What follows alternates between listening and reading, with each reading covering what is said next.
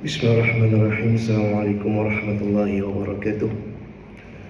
Innal hamdalillah nahmaduhu wa nasta'inuhu wa nastahdihi wa nastaghfiruh wa na'udzu billahi min shururi anfusina wa min sayyiati a'malina. May yahdihillahu fala mudilla lahu wa may yudlil falan tajida lahu waliyyan mursyida. Ashhadu an la ilaha illallah wahdahu la syarika lahu wa ashhadu anna Muhammadan 'abduhu wa rasuluh. سيدنا وحبيبنا وشفيعنا وذخرنا ومولانا وطبيب قلوبنا محمد بن عبد الله صلى الله عليه وآله وسلم من أزواجه وأولاده وقرباته وأصحابه ومن دعا بدعوته واستنى بسنته إلى يوم لا ريب فيه. سبحانك لا علم لنا إلا ما علمتنا إنك أنت العليم الحكيم. ربنا أدخلنا مدخل صدق وأخرجنا مخرج صدق واجعل لنا من لدنك سلطانا نصيرا ولا حول ولا قوة إلا بالله العلي العظيم. أما بعد. Ma'asyiral muslimin muslimat yang dirahmati oleh Allah Subhanahu wa taala sekalian, pertama syukur kita kepada Allah Subhanahu wa taala atas limpah kurnia dan inayah, taufik dan juga hidayah daripada Allah Subhanahu wa taala yang masih lagi memberikan kita ruang dan peluang serta kesempatan kepada kita untuk bertemu dan berhimpun pada malam hari ini. Mudah-mudahan pertemuan dan perhimpunan kita ini dapat meraih pandangan rahmat daripada Allah Subhanahu wa taala. Mudah-mudahan Allah Subhanahu wa taala mengampuni akan segala macam dosa dan noda, kesalahan dan maksiat yang telah dilakukan kepada Allah Subhanahu wa taala. Dan kita juga bermohon agar Allah Subhanahu wa taala merahmati umur kita, memberkati sisa umur yang terbaki pada kita. Mudah-mudahan sisa umur tersebut menjadi umur yang terbaik dalam hal keadaan kita bermuamalah kepada Allah Subhanahu wa taala. Allahumma amin. Baik, kita sama bacaan kitab kita Madza Ya'ni Intima'il Islam, apa artinya semangat Islam. Kita sampai pada soal 31.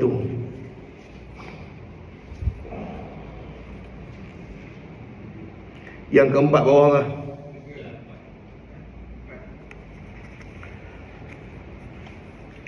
Baik, bismillahirrahmanirrahim.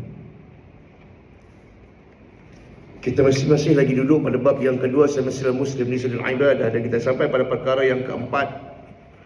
Qala musannif, saya mestilah beribadah dalam keadaan sentiasa ingin menambahnya. Baik. Yang pertama kita sebut pada pertemuan kita yang lalu daripada ibadah. Apa dia ibadah?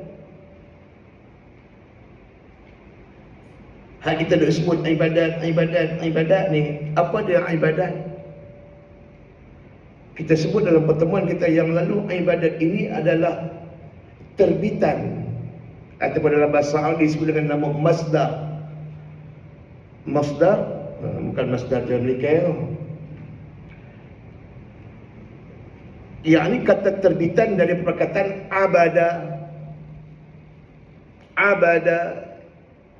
Abada ya'budu abdan fahuwa abidun wa dhaka ma'budun wa ibadatan. Yang kata ibadah terbitan asal dari perkataan abada, 3 huruf, ain, ba, dal. Abada yakni hamba. Abadun, abdi, hamba. Yang mana hamba ini kelas yang paling rendah. Dan kita dalam bahasa Melayu dia ada perkataan abdi, hamba, abdi. Hamba satu hal, hamba abdi satu hal. Abdi itu perkataan abada, yang ni yang paling rendah. Kerana apa? Nanti ada kelakuan kehambaan yang dia akan meletakkan kehinaan itu lebih daripada kemuliaan yang dia tuntut.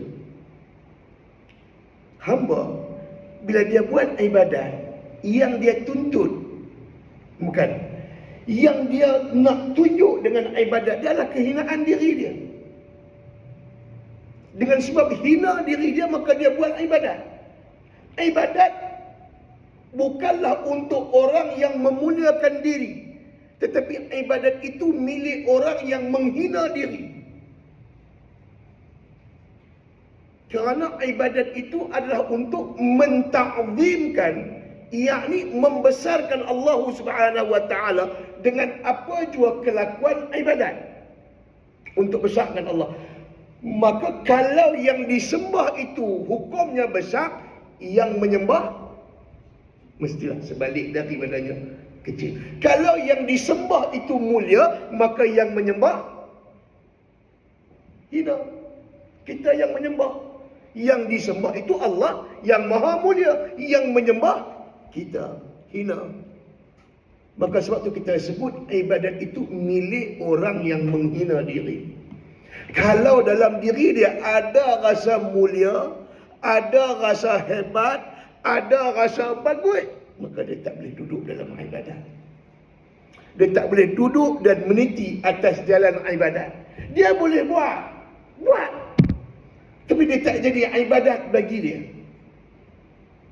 Tak dikira ibadat di sisi Allah Subhanahu wa taala daripada kelakuan orang yang tidak ada kehinaan dalam diri dia. Ataupun dalam bahasa tasawuf disebut dengan makna at-tadlil, tazallul, yakni menghina diri.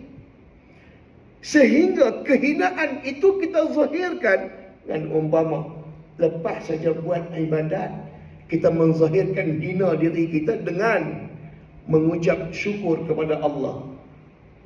Habis Assalamualaikum warahmatullahi, Assalamualaikum warahmatullahi, Alhamdulillah. Pasal apa Alhamdulillah? Tidaklah aku melaksanakan ibadat itu melainkan dengan inayah Allah Subhanahu wa taala. Tidaklah aku boleh menyempurnakan ibadat ini melainkan dengan bantuan Allah. Maka kita hina diri kita dengan memuji Allah Subhanahu wa taala. Dan kemuncak daripada kehinaan diri itu dalam bentuk ibadat itu dilakukan dalam bentuk sujud. Kemuncak daripada ibadat yang menghina diri kita adalah sujud. Apa makna sujud? Meletakkan dahi ini pada tanah yang diinjak oleh kaki. Itu habis hina lah. Dengan hina itulah iblis dia tak mau sujud kepada Tok Adam. Saat Allah Ta'ala suruh semua para malaikat dan iblis dan seluruh yang ada di langit agar sujud li Adam fasajadu, maka semuanya itu sujud illa iblis, kata Allah, melainkan iblis aba wastakbara wa kana minal kafirin, kecuali iblis yang mana dia itu engkar dan enggan, maka jadilah dia daripada kalangan orang-orang yang kufur, lagi kafir. Pasal apa? Iblis mengatakan khalaqtahu min tin, hang cipta Adam daripada tanah yang diinjak oleh kaki. Wa khalaqtani, sedang kau cipta aku, kata iblis, min nar, daripada api yang menjulang tinggi. Mana mungkin aku yang menjulang tinggi ini sujud kepada yang diciptakan daripada tanah yang dipijak, diinjak oleh kaki ini. Hina. Maka kehinaan yang terbesar apabila kita meletakkan kemuliaan. Dahi ini cukup mulia bagi setiap orang manusia. Dahi ini cukup mulia. Dahi inilah padanya kalimah kita, padanya nur kita, padanya Muhammad kita. Seluruhnya itu dizahirkan pada dahi ini. Maka kerana itu dalam sujud Allah Ta'ala memerintahkan meletakkan dahi ini sejajar dengan kaki, yakni tanah. Letak pada tempat yang sangat hina. Maka kelakuan itu adalah kelakuan yang menghina diri. Kita satu ketika dahulu dalam sistem menghormati itu adalah dengan menunduk kepala. Betul? Satu saat dulu untuk menghormati mesti menunduk, sehingga lagi rendah tundukan seseorang itu kepada seseorang menunjukkan tingginya darjat seseorang itu. Lagi rendah dia terima tunduk itu, maka lagi tinggi kedudukan orang yang menerima tundukan itu. Maka sebab tu kita tengok dalam cerita-cerita Melayu lama, kalau mai hamba ni bukan hamba, kalau kata siapa pun yang lain daripada raja, dia pergi menghadap raja, dia ada kedudukan. Yang mana boleh berdiri, yang mana separuh tunduk, yang mana kena duduk, yang mana kepala kena duduk di bawah. Dia ada status tu. Yang paling bawah itu yang paling hina. Maka kehinaan itu Allah Ta'ala letakkan kepada umat manusia ini, tidak diletakkan kepada umat yang lain. Tidak diletakkan pada haiwan, tidak diletakkan pada tumbuh-tumbuhan, tidak diletakkan pada gunung ganang, tapi diletakkan perkara yang hina ini kepada manusia. Kerana Tuhan tahu, untuk mengukur sombongnya manusia ini, apakah dia mau sujud atau tidak kepada aku.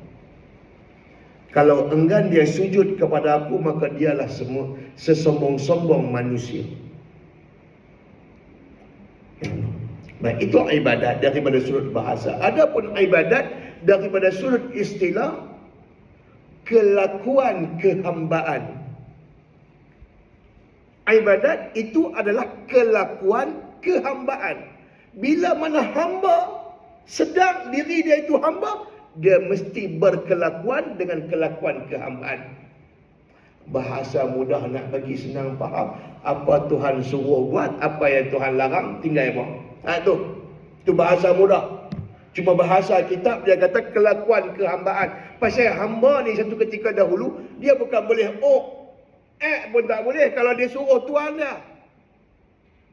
Tuan dia kata besok bagi aku nak mandi air hangat.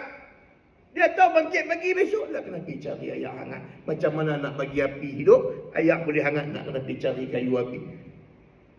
Dia, tuan besok pagi musim hujan. Dah, tuan dia tak mau dengar. Aku tahu besok pagi air hangat aku nak mandi. Itu hamba. Tidak, pun tidak. Sami'na wa ata'na. Dengar dan taat perintah Tuhan dia. Maka sebegitulah kita, bila mana kita sedar kita ni hamba kepada Allah. Ya, kadang-kadang teorinya mudah. Teorinya mudah. Hang sedar diri hang hamba, hang akan buat apa yang Tuhan suruh. Betul. Itu teorinya. Tapi daripada sudut praktikalnya, setinggi mana kedudukan hang, setebal apa pun serban hang, selabuh mana pun jubah hang, belum tentu boleh tunduk dan patuh pada perintah Allah sesuai dengan kehendak Allah. Siapapun kita, kalau tidak kerana inayah, bantuan daripada Allah, jangan sombong. Jangan sombong. Termasuk kita yang bercakap. Hang dengan ilmu hang rasa hang pandai. Hang kuat dengan kekuatan hang rasa hang kuat. Tuhan, dia boleh buat yang terkadang-kadang tidak dapat dizahirkan oleh zihin akal ini untuk memikir.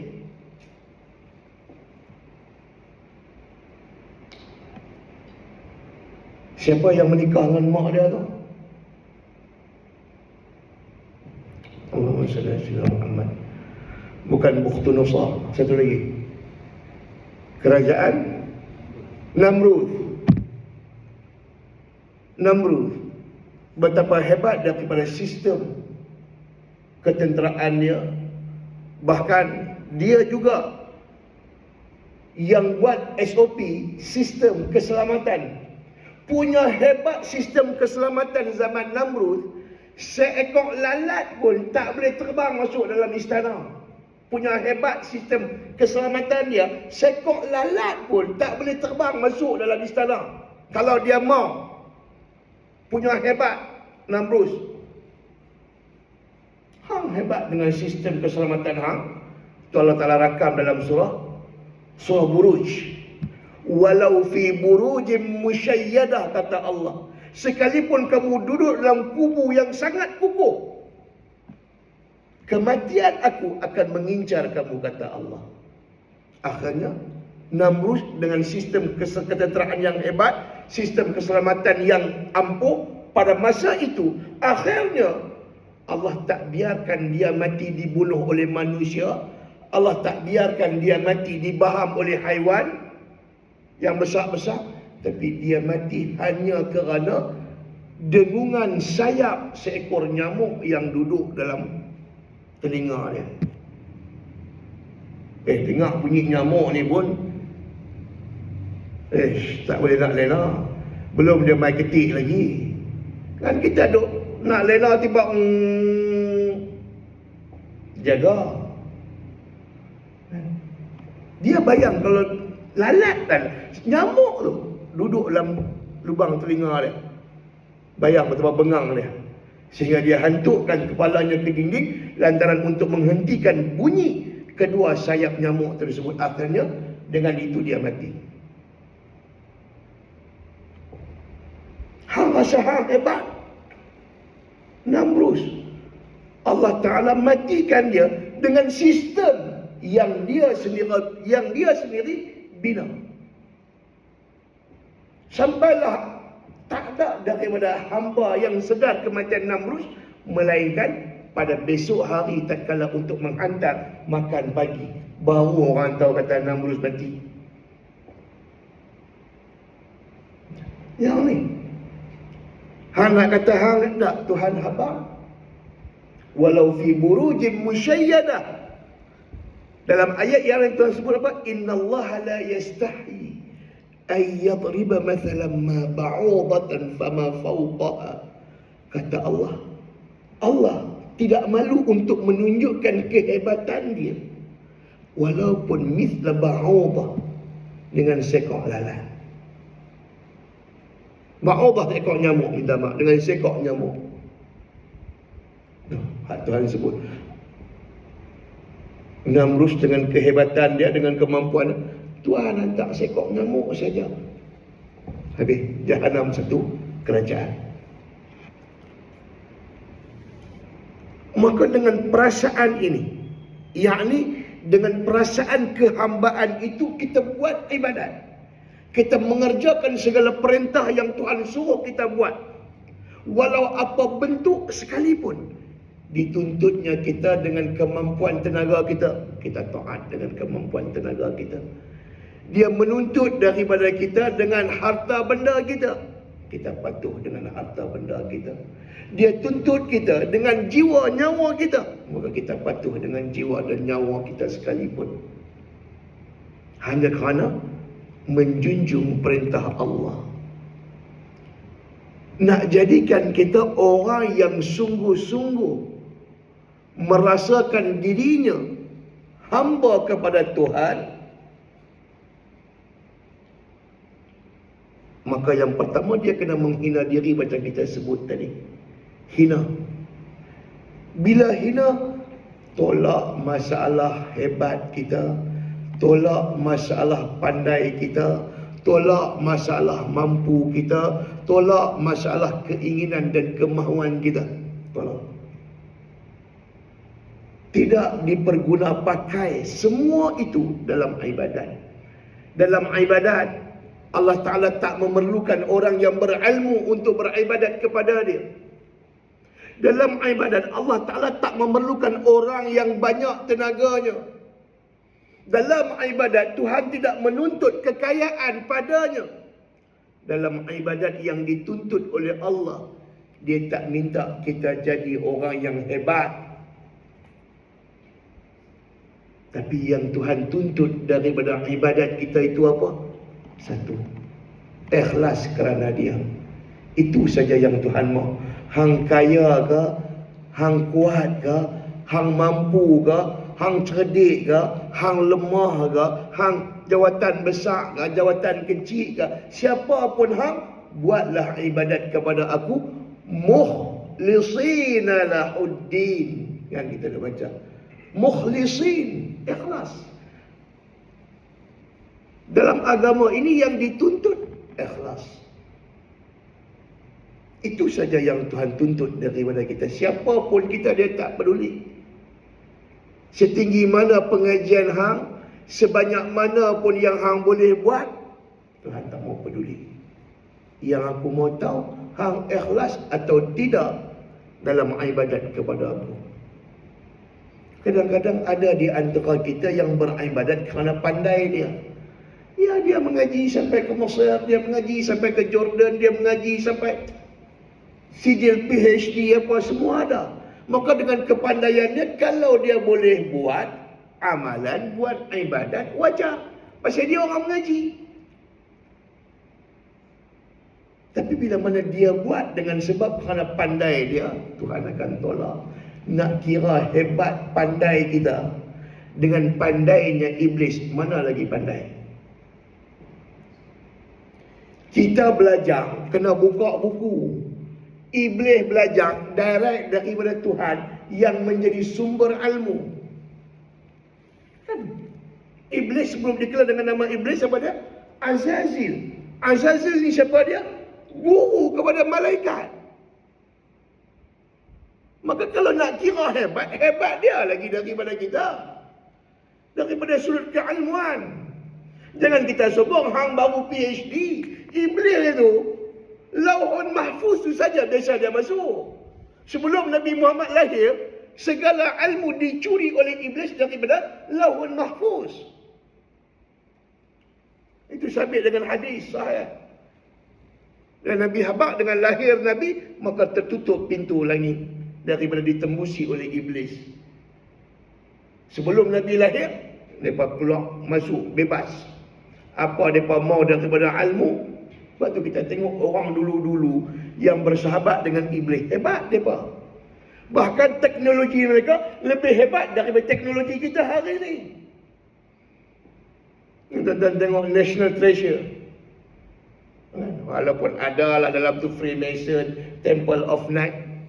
Tapi nak tunjuk bagaimana teknologi orang dulu dalam pembinaan.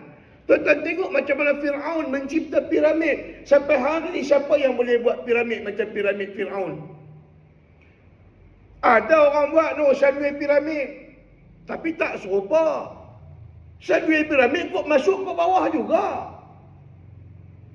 Fir'aun buat piramid masuk ke atas.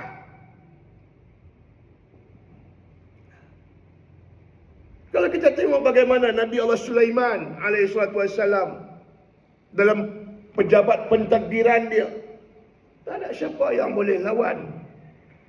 Bukan kata kita saja Islam terima hebat Nabi Sulaiman. Orang-orang Yahudi apatah lagi mereka menerima. Sehingga mereka mencari-cari yang namanya Haikal Sulaiman, The Temple of Solomon. Sampai ke hari dia cari untuk dapat kekuasaan dalam memerintah.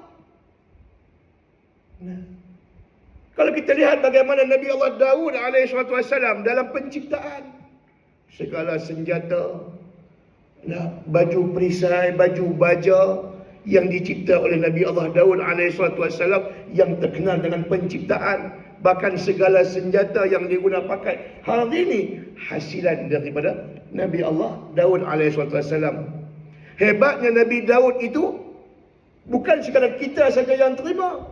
Dan kama layantal hadid li Daud. Orang duk baca ayat tu. Konon nak boleh hebat jadi pandai besi. Nak dapat penumbuk sehebat, sekuat penumbuk besi. Orang baca ayat tu. Bukan kata kita saja percaya, Yahudi lebih lagi itu. King David yang dia percaya David itu Daud lah. Musa dengan kehebatan tongkat dia sanggup membelah lautan. Hari ini elemen apa yang boleh membelah lautan? Bukan takat kita saja percaya, Kristian percaya, Yahudi pun percaya the Moses. Itu kalau kita ambil daripada para nabi. No, yang jahat-jahat, Haman, Qarun, Bilqis sebelum dia beriman dengan Nabi Sulaiman. Dan ma'asyiral muslimin muslimat rahimakumullah. Semua itu menunjuk atas hebat. Tapi kehebatan para nabi ini tidak menjadikan mereka itu sombong. Tak macam kita. Kita baru dapat sikit. Kita baru boleh sikit, sombong tak sangka dah. Tuhan bagi sakit, Tuhan bagi sihat, tak bagi sakit pun sombong tak sangka dah. Kadang-kadang sampai Tuhan terpaksa bagi sakit. Tuhan terpaksa uji kita. Tuhan sampai ayat tersebut tak betul. Kita bukan kata Tuhan terpaksa dah. Tapi kadang-kadang daripada kelakuan Allah itu memang dia akan datangkan ujian kepada kita. Memang dia akan datangkan ujian kepada, kalau dah kita ni lalai, kalau dah kita ni alpa, kalau dah kita ni lupa, maka sebelum kita lupa dan Tuhan tak mau kita lupa, maka diujinya kita. Diberikan kita ujian, diberikan kita cobaan, baik kadang-kadang berupa kesihatan, yang kadang-kadang berupa dengan harta benda, yang kadang berhubung dengan jawatan pangkat, dan macam-macam cara yang Tuhan akan uji kita. Sehingga Tuhan sebut walanabluwannakum bisyai'in minal khauf, dan pasti sungguh-sungguh kami akan menguji kamu, kata Allah, dengan sesuatu yang akan menakutkan kamu. Kot mana pun Tuhan akan uji sampai kita takut. Dalam negeri kita saja, kalau Namrus Allah Ta'ala matikan dengan sekok nyamuk, dalam kerajaan kita, dalam negeri kita, Tuhan mai hantar nyamuk biasa arah. Mai hantar nyamuk tu sampai hingga seluruh mimbar dalam negeri Selangor. Kempen membantras denggi. Denggi bukan nyamuk. Sampai terpaksa jadi tajuk khutbah lah satu negeri Selangor. Punya nak bantras nyamuk. Kalau fikir-fikir, Namrus Allah Ta'ala hancurkan dengan nyamuk. Kita dalam kerajaan dalam negeri kita saja, Tuhan biasa main hantar nyamuk gempang kita. Habis seluruh mimbar dalam khutbah Jumaat cerita pasal bantras denggi satu ketika dahulu. Bayang tengok. Sampai katil kat hospital tak cukup, kena denggi. Nah, bukan cerita denggi. Nah, abang kata ujian Allah. Tuan-tuan ma'asyiral muslim muslimat rahimakumullah. Maka dengan perasaan kehambaan itu kita buat ibadat dan senantiasa ingin menambahnya. Mari sifat yang kedua, selain daripada mentazlilkan diri, menghina diri dalam kelakuan kehambaan, hamba ni mesti buat sebanyak-banyaknya daripada ibadat. Kita sebut tadi, selain daripada menghina diri, hamba ni mestilah buat ibadat sebanyak-banyaknya. Banyak ni lagu mana? Menurut orang Arab dulu, lebih daripada 3 banyak dah. Mai satu tahap bilangan dengar 40 ni banyak dah. Pasal tu kita dengar dalam bilangan masyarakat kita 40 ni kira lama dah, banyak dah. Kan? 40 hari kena pantang. 40, kenapa mesti 40? Kenapa tak 60? Kenapa tak 90? Pasal bagi mereka 40 tu habis banyak dah. Lama sangat dah tu. 40. Dalam hadis pun banyak yang menunjuk bilangan 40. Nak habaq kata banyak. Dalam mazhab kita, sembahyang Jumaat tidak sah melainkan dilakukan dengan 40 orang jemaah mukim. Walaupun hari ini untuk mencari 40 jemaah bukanlah satu benda yang mustahil. Dan bukan satu benda yang payah. 40 orang. Tapi bagi menurut mazhab Imam Syafi'i, 40 orang tu banyak dah. Menurut zaman dia. Zaman kita 400. Kalau 400 sembahyang Jumaat, biasa lah. Bukan satu benda yang pelik. Nah, bahkan kalau pi sampai 4,000 pun wajar sembahyang Jumaat. Nanti kita habaq dalam masyarakat Arab, lebih daripada 3, dia kira banyak arah. Lebih daripada 3, dia kira banyak arah. Nah, maka datang selepasnya digit yang keempat, banyak arah. Nah, 4. Maka dalam ibadat kita mestilah ada rasa untuk tambah dengan makna buat sebanyak-banyaknya. Pasal apa kena buat banyak? Pasal kerana itulah Tuhan cipta kita. Tuhan cipta kita kerana untuk buat ibadat sebanyak-banyaknya. Tuhan tak cipta kita untuk seronok-seronok. Tuhan tak cipta kita untuk jalan-jalan. Tuhan tak cipta kita untuk main-main. Kata Allah dalam surah Az-Zariyat ayat 56, ba'da a'udzu billahi minasyaitonir rajim, wa ma khalaqtul jinna wal insa illa liya'budun. Tidaklah aku ciptakan jin dan juga manusia melainkan beribadah kepada aku. Tujuan kita dicipta hanya untuk buat ibadat kepada Allah. Tak disuruh kita jalan-jalan cari makan, tak disuruh kita seronok-seronok, tak disuruh kita ke sana kemari, tak. Disuruh kita buat ibadat. Tapi kadang-kadang yang namanya manusia ada engkar, ada alpa, ada lalai, ada lupa, ada seronok. Manusia. Cuma orang yang cerdik, dia akan menggunakan segenap anugerah Allah untuk buat ibadat sebanyak-banyaknya. Dengan apa cara sekalipun. Dengan apa cara sekalipun. Baik dengan kemampuan dia daripada sudut akal fikiran, dia buat ibadat. Dengan kemahuan dia daripada harta benda, dia buat ibadat. Daripada kekuatan kesihatan dia buat ibadat. Apa sahaja yang Tuhan anugerahkan kepada kita, kita gunakan untuk buat ibadat. Tapi yang namanya manusia, saat Tuhan anugerah, dia lupa nak buat ibadat. Tapi saat Tuhan ambil balik, baru teringat nak buat. Masa Tuhan anugerahkan dia sehat, dia ada nak buat ibadat. Bila Tuhan tarik sehat, kalau aku sehat, aku nak semayang banyak. Kalau aku kaya, boleh sedekah banyak. Masa hang kaya sebelum bankrupt dulu. Kalau aku muda akan boleh buat banyak lagi. Kita biasa muda, pasal apa tak buat dulu? Itu kita sebut manusia. Dia lupa, dia lalai. Itu biasa, yang namanya manusia. Cuma manusia yang salah, manusia yang buat silap, manusia yang berdosa ini, kata Nabi, wa khairul khata'in at-tawwabun. Sebaik-baik manusia ini adalah orang yang bertaubat. Lalai dia taubat. Lupa dia taubat. Malas dia taubat.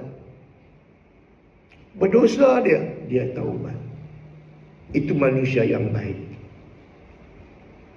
Satu. Yang kedua, kata Nabi, manusia yang baik ni siapa dia? Selain daripada banyak taubat, ingat akan salah silap dia. Yang kedua, kata Nabi, orang yang baik ini apa dia? Kata Nabi dalam hadis, "Idza aradallahu bi khairan yufaqihu fid din." Kalaulah satu orang itu Tuhan berkenan untuk dia jadi orang yang baik, kata Nabi, kalau Tuhan berkenan akan seorang tu untuk jadi orang yang baik, nescaya dia diberi faham tentang agama. Faham tentang agama ni apa makna?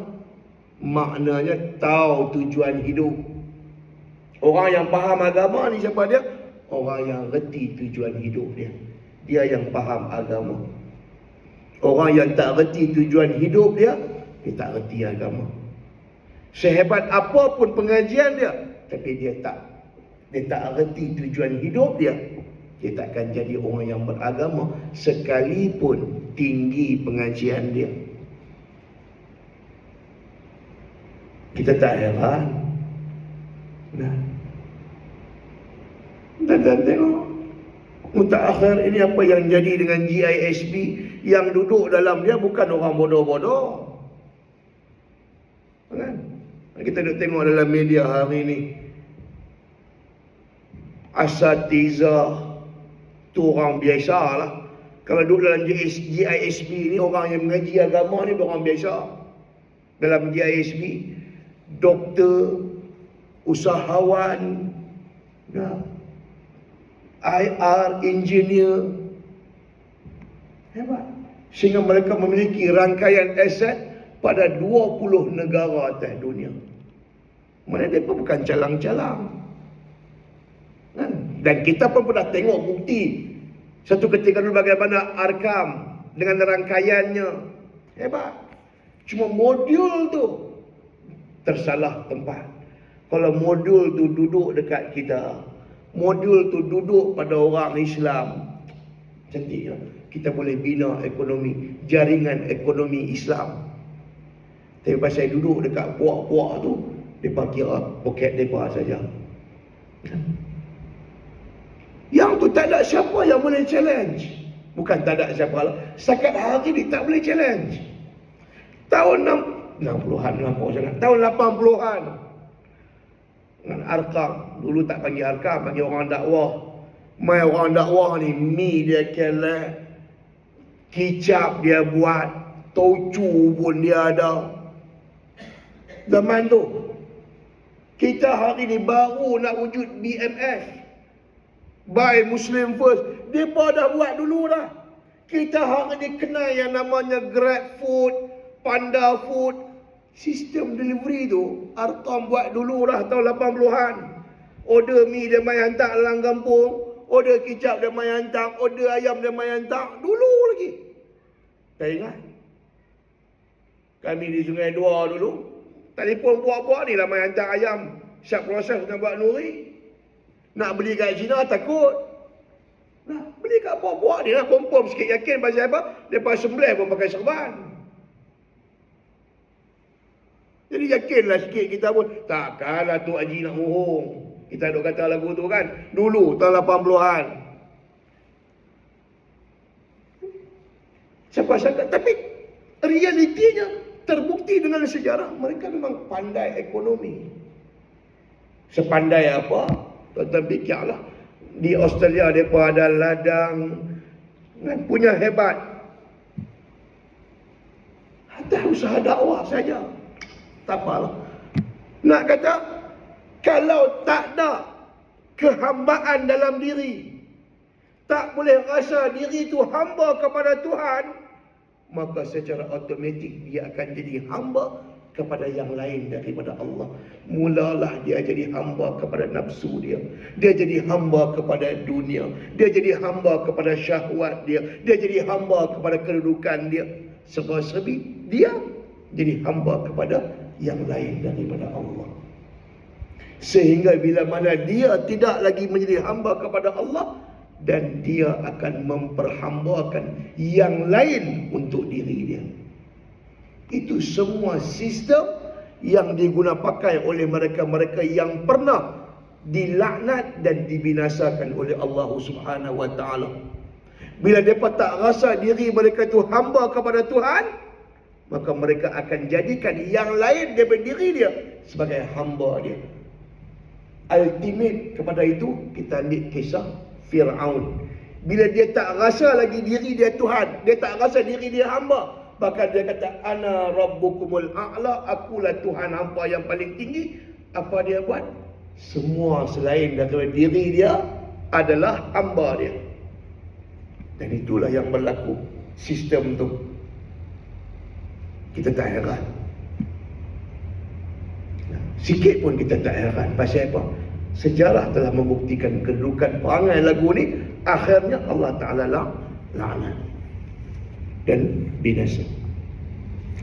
Kita tambah dalam buat taat, dalam buat ibadat. Pasal apa? Pasal yang pertama itu tujuan kita dicipta oleh Allah untuk buat ibadat. Yang kedua, kita senantiasa menambah taat dan ibadat kerana apa? Kerana mengingat akan banyaknya dosa dan salah kita. Kerana mengingat akan banyaknya dosa dan salah kita, maka kita tebus kesalahan kita itu dengan memperbanyakkan taat dan ibadat. Lagi banyak dosa kita, lagi banyak ibadat kita. Lagi banyak salah kita, lagi banyak ibadat kita. Maka bagi orang yang keduanya, sedar ke diri. Sedar ke diri yang kata dia manusia berdosa. Bila berdosa, hang kena buat ibadat banyak cik. Orang sapu sampah pakaiannya kotor. Orang sapu sampah pakaiannya kotor. Dengan orang yang pakaiannya kotor kerana membaiki enjin. Dua-dua kotak nak pakaian dia. Dua-dua kotak. Apakah cara basuhnya sama? Yang satu mungkin takat berui ataupun tonyoh bersih. Yang satu lagi yang berlemuh dengan minyak, mungkin memerlukan deterjen, mungkin memerlukan lebih banyak sabun, mungkin memerlukan lebih banyak masa yang digunakan untuk membersihkan pakaiannya. Maka sebegitulah halnya kita. Makin banyak dosa kita, makin banyaklah kerja kita kena buat.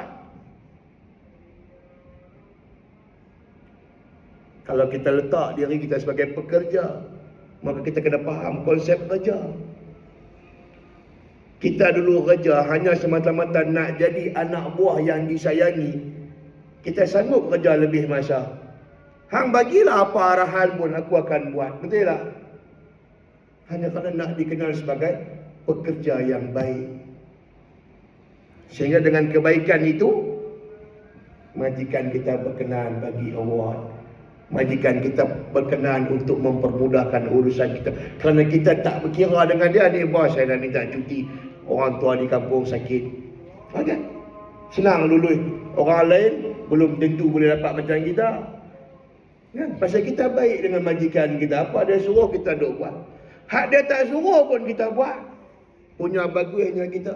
Maka kalau kita dengan Allah Subhanahu Wa Taala sebegitu keadaan kita, dan Tuhan sayang kita kerana tu, kalau dia sayang kita, apa lagi yang berharga daripada kasih sayang Allah atas dunia ini? Kalau Tuhan dah sayang kita, apa lagi yang lebih berharga daripada kasih sayang Allah atas kita? Hari ini baik kita.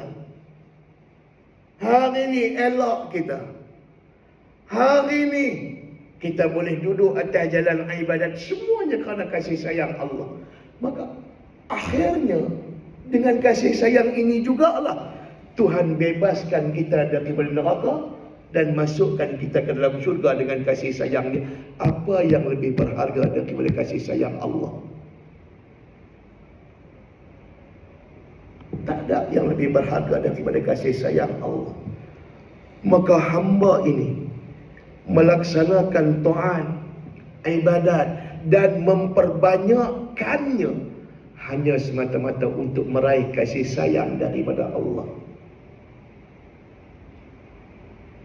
Kasih sayang daripada Allah. Itu sahaja yang kita nak.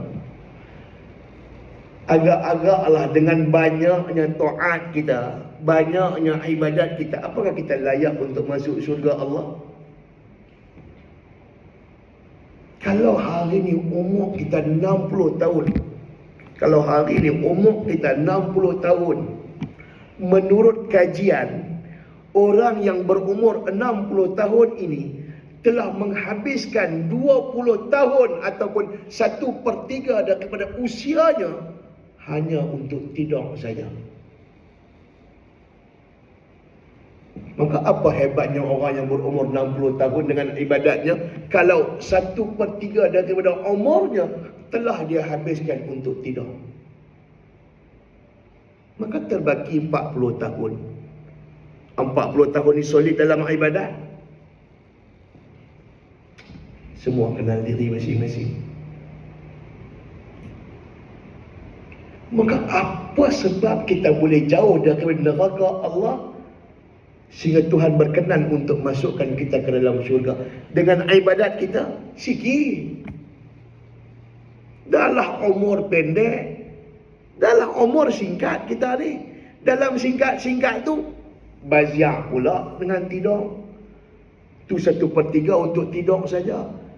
Menurut kajian lagi, 1/3 daripada umur itu digunakan untuk yang lain, umpama makan, minum, rehat, kencing, berak. Itu 1/3 lagi kita pakai. 1/3 tidur, 1/3 yang lain. Kalau umur 60, 40 tahun telah kita wastekan untuk benda tersebut. Terbaki 1/3 lagi, 20 tahun yang tinggal ni solid dalam ibadat. Kita saja yang tahu diri kita. Maka apa sebab kita boleh jauh daripada neraka? Apa sebab kita boleh masuk ke dalam syurga? Kalau tidak kerana kasih sayang daripada Allah. Kita bukan macam umat terdahulu diberikan umur yang banyak, beratus-ratus tahun, beribu tahun. Kita bukan macam umat yang terdahulu yang diberikan kekuatan hebat. Dan Nabi Musa, habaq apakah Nabi kita saat malam Isra Mi'raj? Ketika Nabi kita ulang alik jumpa Tuhan, sampai jumpa Tuhan, Tuhan fardu, aku fardukan ke atas kamu dan umatmu sembahyang 50 waktu. Betul? Turun dia jumpa Nabi Musa. Nabi Musa tanya, apa yang Tuhan hang bagi dekat hang, wahai Muhammad? Maka jawab Nabi kita apa? Tuhanku telah memfardukan atasku dan umatku dengan kefarduan solat sebanyak 50 waktu. Apa kata Nabi Musa? Fas'alu takhfif. Minta kurang lagi wahai Muhammad. Minta kurang. 50, 45, 40, 40 tinggal 35, 35 tinggal 30, 30 pi 25, 25 tinggal 20. Jumpa Nabi Musa, berapa? Tinggal 20 wahai Musa. Pi minta lagi kurang, umat hang tak larat nak buat.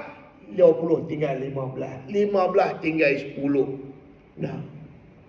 Nabi Musa tanya, berapa? 10. Umat hang tak larat buat. Umat aku saja kuat pun 2 waktu tak larat. Takkan umat hang yang singkat dengan kerdil, dengan tak kuat nak buat sampai 10. Umat aku 2 saja pun tak larat, kata Nabi Musa. Pi minta lagi sampai kurang jadi 5.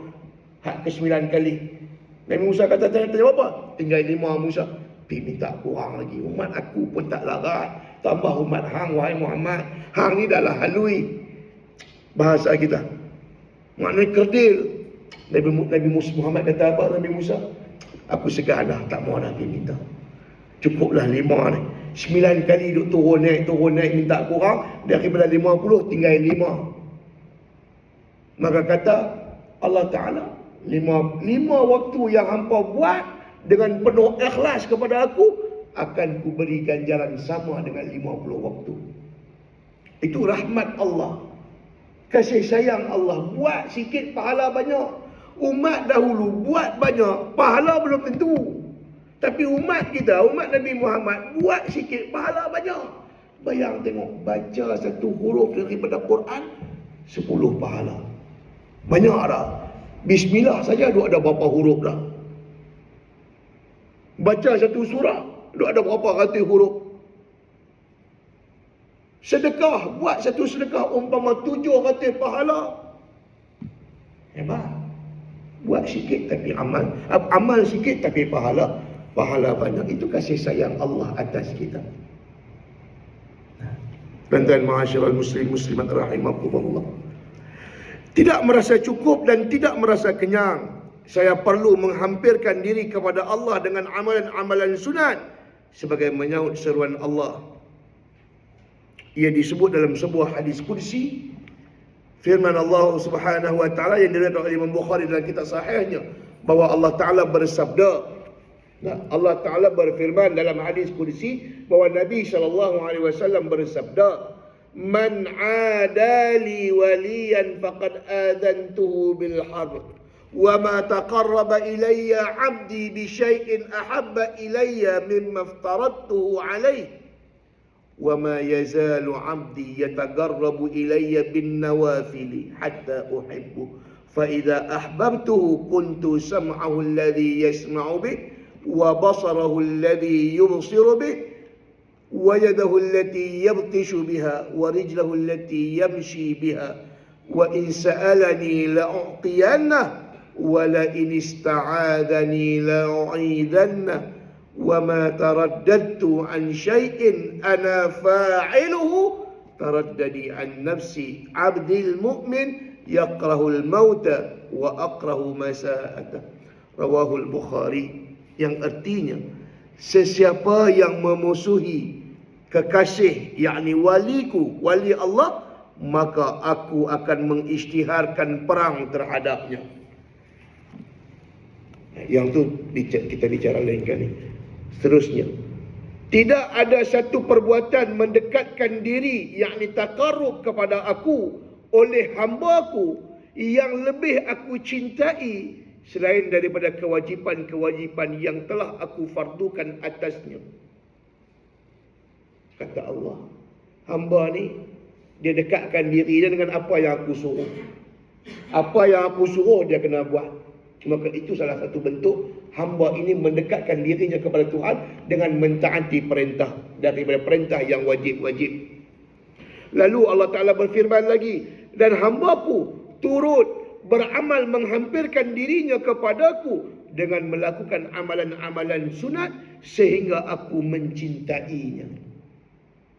Kata Allah, ada satu kelompok yang mereka ni duk buat apa yang aku suruh. Okey, hak wajib Tuhan suruh kita buat, wajar. Seorang anak buat apa yang mak dia suruh, apa yang bapak dia suruh, patut. Seorang hamba buat apa yang Tuhan dia suruh, wajar. Kata Allah, ada lagi satu golongan, dia bukan takat buat apa yang aku suruh, bahkan dia melaksanakan pendekatan dirinya kepada aku dengan ibadat sunat. Sunat ni makna apa? Tuhan tak suruh. Ibadat sunat ni Tuhan tak wajibkan atas kita. Dia kata ada hamba aku, dia bukan takat mendekatkan dirinya kepada aku dengan perbuatan yang wajib, tapi dia juga mendekatkan dirinya kepada aku dengan ibadat sunat. Yang ni ulama kita faham.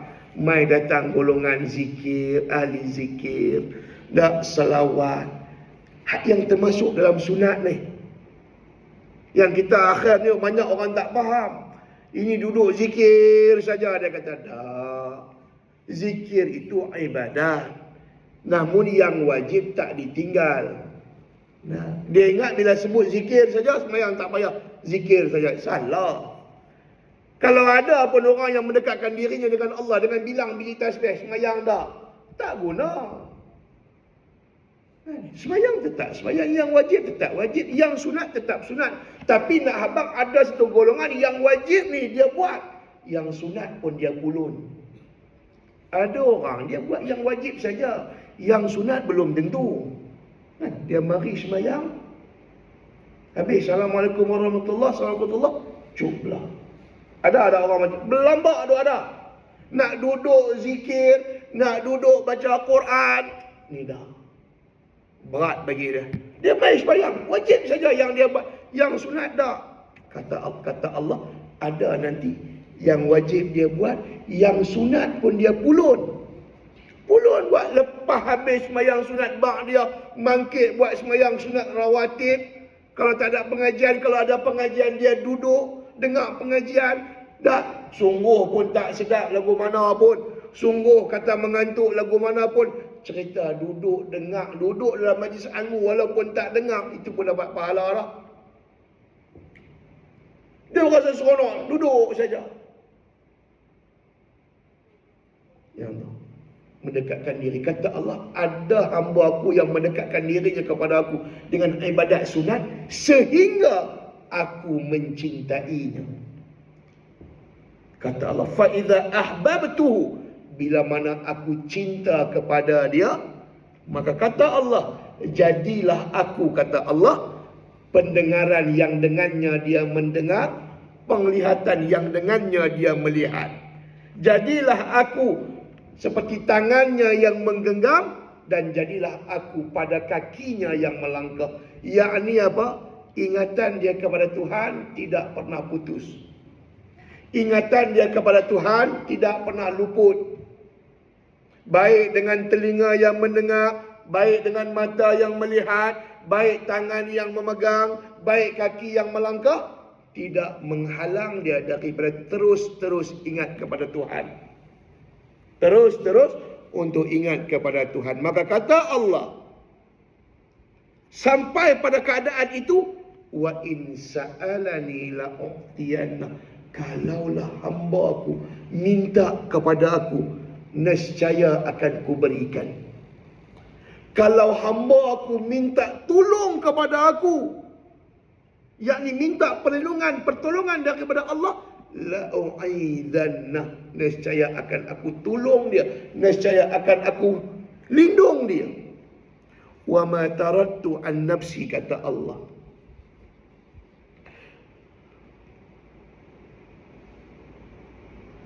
Aku tidak pernah, kata Allah, wa ma taradtu an syai'in ana fa'iluh, kata Allah, aku tidak pernah ragu daripada sesuatu yang aku lakukan.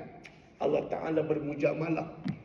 Tuhan dia tak ada perasaan ragu, dia tak ada. Tapi bila dia sebut dalam hadis kursi ini untuk mujamalah, untuk menyedapkan hati kita, kata Tuhan, aku tak pernah teragak-agak nak buat sesuatu.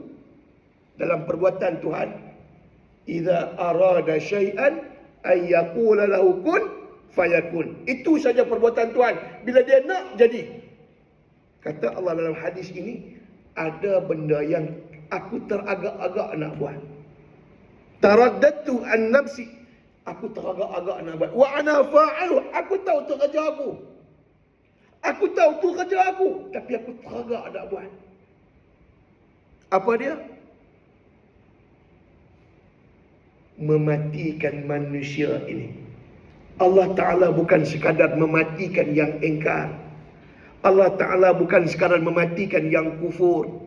Kalau yang engkar, yang kufur, Allah Ta'ala matikan, padamkan riwayat, wajar.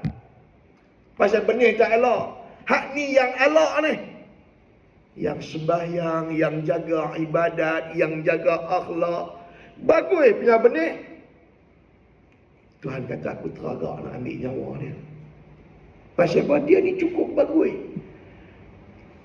Dengan kesihatan yang aku bagi dia, taat. Aku tarik kesihatan dia, dia tetap ibadat. Aku bagi dia sakit, dia tetap ibadat. Macam kita tengok depan kita hari ni lah. Yang duk main pun bukan mau sihat mana pun. Tapi duk istiqamah nak banding yang sihat betul tu. Tak nampak muka. Ketak-ketak pun ni main berjalan berpimpin. Main juga. No, yang boleh berlari. Yang semayang duk sakit lutut. Nak turun, nak duduk tahiyat tak boleh. Hak ni lah yang mari. No, yang sihat. Mana ni? Tuhan nampak? Sampai pada usia ini. Wa akrahu, kata Allah. Wa akrahu masa'atah. Aku benci untuk menyakiti dia. Dia dah sakit kerana aku. Dia dah susah kerana aku. Aku nak tambahkan lagi susah dia. Aku nak tambahkan lagi sakit dia. Dengan bagi mati.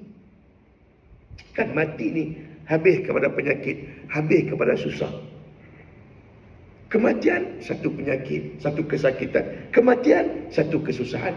Tuhan dah bagi susah. Tara ni dah kita ni. Semua kita. Nah. Yang sakit, yang sempit, yang masalah. Macam-macam problem hidup, tiba-tiba hujung tu, Tuhan bagi mati. Yang sakitnya lebih sakit daripada apa yang sedang kita alami. Susahnya lebih susah daripada apa yang pernah kita fikirkan. Kerana kalau mati, urusannya bukan dekat atas dunia. No, lepas daripada mati. Ingat senang urusan tu. Kalau mati habis katuk buku, kambui simpan, tak apa. Kan? Tak ada apa cerita dah. Ni kambui tu. Ja'a malakani, akan datang kepada kamu dua orang malaikat yang akan bertanya kepada kamu beberapa soalan. Maka jawablah oleh kamu dengan lidah yang fasih, jelas lagi terang. Jangan kau takut akan keduanya, kerana keduanya adalah makhluk Allah seperti kamu jua, katakanlah kepada duanya saat mereka bertanya, ma rabbuka wa man nabiyuka wa ma qiblatuka bla bla bla bla bla. Jawablah dengan lidah yang fasih lagi jelas, katakanlah kepada keduanya, Allahu Rabbi, Allah Tuhanku, Muhammad Nabiku. Teorinya main dalam talqin. Kalau takat tu, lepas tu habis cerita, tak apa. No, duduk dalam lubang kubur nak kena jawab soalan, habis cerita lubang kubur, alam barzah, no, mai pula alam mahsyar, nak ditimbang amalan pula. Dah habis timbang amalan, nak kena meniti titian sirat pula. Tengah meniti titian sirat, padanya ada syurga dan ada neraka. Manakah destinasi akhir kita? Semua tu nak kena fikir. Chapter kehidupan kita tidak habis dengan kematian. Bahkan kematian itu adalah permulaan bagi segala-galanya. Kematian permulaan bagi kehidupan yang hakiki. Maka kata Allah, aku sangat benci untuk menyakitinya dengan kematian ini. Tapi nak buat lagu mana? Aku terpaksa bagi mati ke dia? Aku terpaksa bagi mati. Walaupun Tuhan abang, aku benci nak bagi mati hamba aku yang sebegini baik. Aku bagi nikmat, dia taat. Aku bagi susah pun dia taat. Yang tu tuan-tuan ma'asyar, kita tetap bersandar dan bergantung hanya kepada Allah dalam apa jua hal dan keadaan kita. Kita tetap bersandar kepada Allah. Kita tetap bergantung kepada Allah. Sekalipun badai yang datang melanda. Jangan kita bazirkan iman kita semacam imannya buruk. Dan kita sebut banyak kali, imannya buruk, makin diuji, duduk di pucuk pokok nyok lo, duk ambil buah nyok, makin derah angin, makin kejap dia pegang. Jarang kita tengok monyet beruk jatuh ketika angin ribut. Jarang kita tengok. Tetapi saat angin sepoi-sepoi bahasa amat, banyak beruk yang jatuh. Maka janganlah iman kita jadi macam iman yang buruk. Saat diuji, kuat kita. Tapi saat diberi nikmat, lalai kita. Cukup sekarang itu dulu, segala yang baik datangnya daripada Allah Subhanahu Wa Taala. Saya adalah silap kelemahan diri saya sendiri. Saya minta maaf kepada semua. Dan saya minta ampun kepada Allah Subhanahu Wa Taala untuk diri saya dan semuanya. Mudah-mudahan kita semua termasuk dalam golongan yang diampuni oleh Allah Subhanahu Wa Taala, insya-Allah. Kita tutup dengan bacaan tasbih kifarah dan suratul Asr. Subhanakallahumma bihamdik, nashhadu an la ilaha illa anta, nastaghfiruka wa natubu ilaik. Bismillahirrahmanirrahim. Wal 'asri innal insana lafi khusr illa alladhina amanu wa 'amilus salihati wa tawassaw bil haqq wa tawassaw bis sabr. Aqulu qawli hadha wa astaghfirullahal 'azim li wa lakum. Wassalamu alaikum warahmatullahi wabarakatuh.